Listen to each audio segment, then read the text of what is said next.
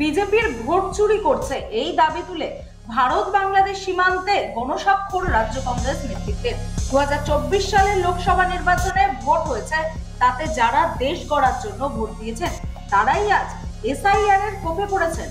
যারা প্রধানমন্ত্রীকে ভোট দিয়ে নির্বাচিত করেছেন তাদেরই আজকে ভোটাধিকার কেড়ে নেওয়া হচ্ছে।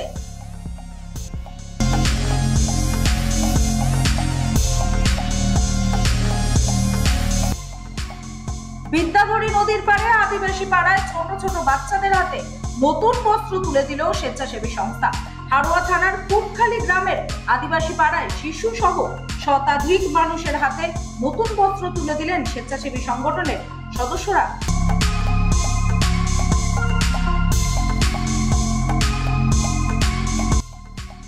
নাবালিকাকে ধর্ষণের অভিযোগে গ্রেফতার যুবক। অভিযোগ পাওয়ার কয়েক ঘন্টার মধ্যেই অভিযুক্তকে গ্রেফতার করে হারোয়া থানার পুলিশ। হারোয়া থানা এলাকার ঘটনা। পরিবার সূত্রে জানা যায় 16 বছরের নাবালিকা তার পাড়ারই 20 বছরের এক যুবকের দ্বারা ধর্ষিত হন। পরিবার হারোয়া থানায় ধর্ষণের লিখিত অভিযোগ দায়ের করে। পুলিশ অভিযুক্ত যুবককে গ্রেফতার করে ইতিমধ্যেই পক্সো আইনের মামলা রুজু করে ঘটনার তদন্ত শুরু করেছে।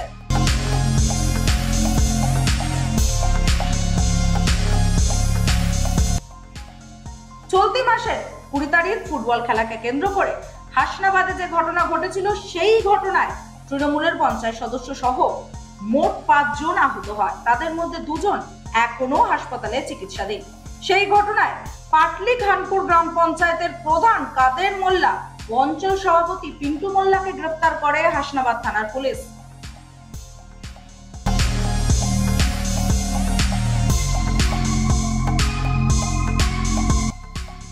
উচ্চ মাধ্যমিকের শেষ দিনে জীববিদ্যার প্রশ্নপত্রে ভুল, বিপত্তিতে পরীক্ষার্থীরা। পরীক্ষার শেষ দিনে জীববিদ্যার প্রশ্নে ভুল। এদিন বায়োলজিক্যাল সায়েন্স, রাষ্ট্রবিজ্ঞান এবং কস্টিং এন্ড ট্যাক্সেশন বিষয়ের পরীক্ষা ছিল। অভিযোগ ওঠে বায়োলজিক্যাল সায়েন্সের প্রশ্নপত্রে ভুল রয়েছে। প্রশ্নপত্রে ভুল থাকলে পরীক্ষার্থীদের চেষ্টার ভিত্তিতে পুরো নম্বর দেওয়া হবে, আশ্বাস দেন উচ্চ মাধ্যমিক শিক্ষা পর্ষদের সভাপতি চিরঞ্জীব ভট্টাচার্য।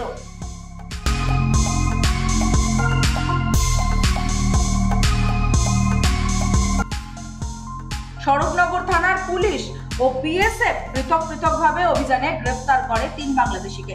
জানা যায় গতকাল তারালি সীমান্ত এলাকা থেকে 11টি বিভিন্ন ব্র্যান্ডের মোবাইল সহ এক পাচারকারীকে আটক করে বিএসএফ। অন্যদিকে গোপন সূত্রে খবর পেয়ে স্বরূপনগর থানার পুলিশ হাকিমপুর মাঠপাড়া সংলগ্ন এলাকা থেকে এক দালাল সহ এক বাংলাদেশিকে গ্রেফতার করে।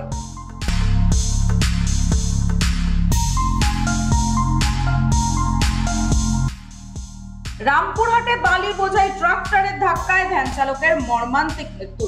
ভোরবেলা ভয়াবহ সড়ক দুর্ঘটনায় প্রাণ গেল এক চায়না ভ্যান চালকের। ঘটনাটি ঘটেছে রবিবার সকালে বীরভূমের রামপুরহাট থানার রদিপুর গ্রামের ক্যানেল মোড় এলাকায়। স্থানীয় সূত্রে খবর, ভোরে একটি বালি বোঝাই ট্রাক্টর দ্রুত গতিতে এসে চায়না ভ্যানটিকে ধাক্কা মারে। এলাকার বাসিন্দাদের অভিযোগ, প্রতিদিন ভোর ও রাতের অন্ধকারে বেপরোয়া গতিতে প্রায় 50 থেকে 70টি বালি বোঝাই ট্রাক্টর এই রাস্তা দিয়ে চলাচল করে।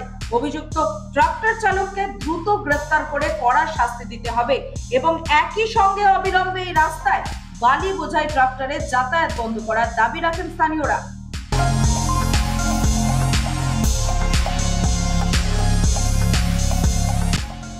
শান্তির বাজার পুর পরিষদ, তথ্য সংস্কৃতি দপ্তর যৌথ উদ্যোগে অনুষ্ঠিত হলো আগমনী অনুষ্ঠান ও ফুড ফেস্টিভ্যাল।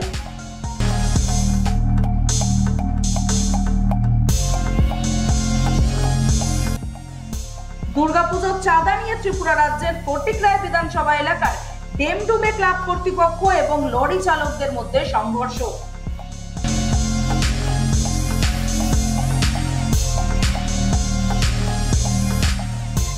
সন্ত রামপালজি মহারাজের শিষ্যদের দ্বারা সারা বিশ্বব্যাপী তার সৎসঙ্গ হয়ে আসছে দীর্ঘ বছর ধরে।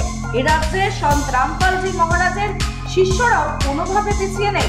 গত রবিবার কামারহাটিতে কলকাতা, হাওড়া, হুগলি, উত্তর 24 পরগনা এই 4 জেলা নিয়ে এক বিরাট সৎসঙ্গের আয়োজন করা হয়।